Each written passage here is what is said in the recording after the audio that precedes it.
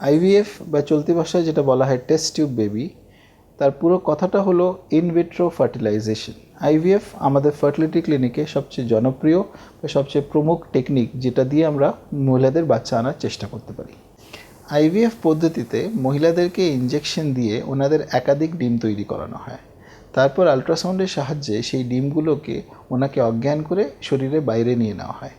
সেই ডিমের সঙ্গে ওনার পার্টনারের স্পার্ম মিশিয়ে ল্যাবের মধ্যে ডিশের মধ্যে ভ্রূণ তৈরি করানো হয়। সেই ভ্রূণগুলোকে আমরা 3 থেকে 5 দিন অবধি ল্যাবে গ্রো করাই।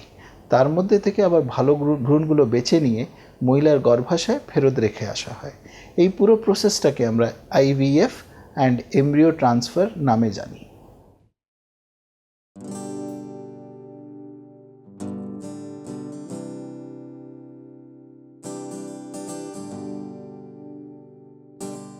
দেখুন, আইভিএফ প্রসেসটা না অনেক রকমের স্টেপ দিয়ে তৈরি করা।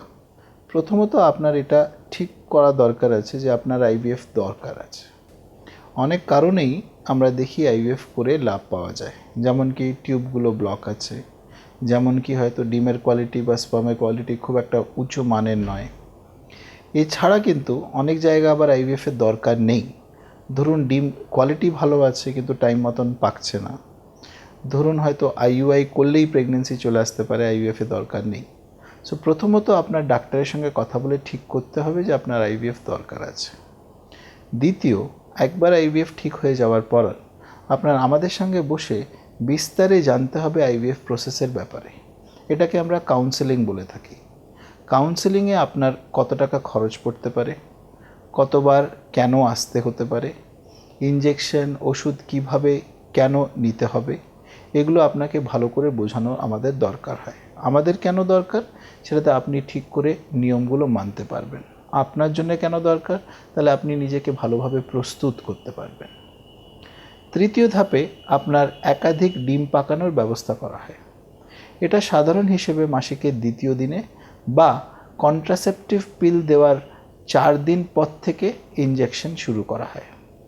এই ইনজেকশনগুলো 10 থেকে 12 দিন অবধি চলে। ইনজেকশন চলাকালীন আপনাকে 3 বা 4 বার আমাদের কাছে আসতে হয় আল্ট্রাসাউন্ড করে দেখার জন্যে যে ডিমগুলো টাইম মতন পেকে তৈরি হচ্ছে কিনা। এই ইনজেকশন চলাকালীন অনেক কিছুই আপনার করা বা না করা নিষেধ করা থাকে, সেগুলো একটু জেনে নিলে আপনার জন্য ভালো হয়। ডিম তৈরি হয়ে যাওয়ার 1.5 দিন পরে আপনাকে অজ্ঞান করে আল্ট্রাসাউন্ডের সাহায্যে আমরা আপনার ডিমগুলোকে বার করি। এই প্রসেসে 10 থেকে 12 মিনিট হয়তো সময় লাগে, কিন্তু যেহেতু অজ্ঞান করা হয় আপনার ঘন্টা 2 আমরা ক্লিনিকে রেখে তারপর আপনাকে ছাড়ি। এই অবধি আপনার আমাদের কিছু ওষুধ, নিয়ম ইত্যাদি মেনে চলতে হয়। একবার ডিম বার করে নেওয়ার পর একদিক থেকে আপনি স্বাধীন, আপনি আপনার নর্মাল লাইফে ফেরত চলে যেতে পারেন। ডিম বার করার দিনে আপনার হাজব্যান্ড থেকে স্পার্ম নেওয়া হবে। এই ডিম আর স্পার্ম মিশিয়ে আমরা ল্যাবে ভ্রূণ তৈরি করব। সেই ভ্রূণগুলোকে আমরা ডেলি চেক করতে থাকব কেমন কি তৈরি হয়ে গ্রো করছে। হয় 3 দিনের মাথায়, না হলে 5 দিনের মাথায় এই ভ্রূণের মধ্যে থেকে 2টো কি খুব জোর 3টে ভ্রূণ বেছে নিয়ে আপনার গর্ভে আবার রেখে দেওয়া হবে। অনেকবারই আর এখনকার দিনে বারেই আমরা এমন এটাও করছি যে ভ্রূণগুলোকে তৈরি করে রিফ্রিজ করে রেখে দিচ্ছি সামনে মাসে কাজে লাগাবো বলে। এটাতে বোধহয় আপনার কষ্টটাও কম হয় আর সাকসেস রেটও বাড়ে। এটাকে আমরা ডেফার্ড এমব্রিও ট্রান্সফার বা ফ্রোজেন এমব্রিও ট্রান্সফার নামে জানি। যদি আমরা আপনার গর্ভে ভ্রূণ রেখে দিয়ে আসি, তাহলে তারপর আবার কিছু ওষুধ দেওয়া হয় প্রেগনেন্সি মেনটেন করানোর জন্যে। এই ওষুধগুলো কিন্তু আপনাকে ঠিক নিয়ম মতো নিয়ে যেতে হবে। ওষুধ চলাকালীন আবার কিছু নিয়ম আছে, সেটা আপনাকে মানতে হয়। 14 দিন পরে আপনাকে আমরা চেক করার জন্য ডেকে পাঠাই যে প্রেগনেন্সি এসছে কি আসেনি। যদি প্রেগনেন্সি এসে থাকে তাহলে আমাদের এই ওষুধগুলো আপনাকে 3 মাস অবধি চালু রাখতে হবে। সুতরাং যদি আমরা আবার বুঝতে চাই, একটা আইভিএফ প্রসিজারে অনেক কটা স্টেপ আছে।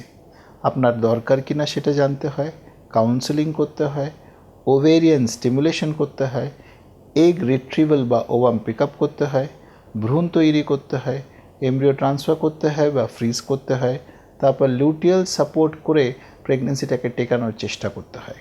এই সবটা নিয়ে কিন্তু আপনার আইভিএফ প্রসিজার।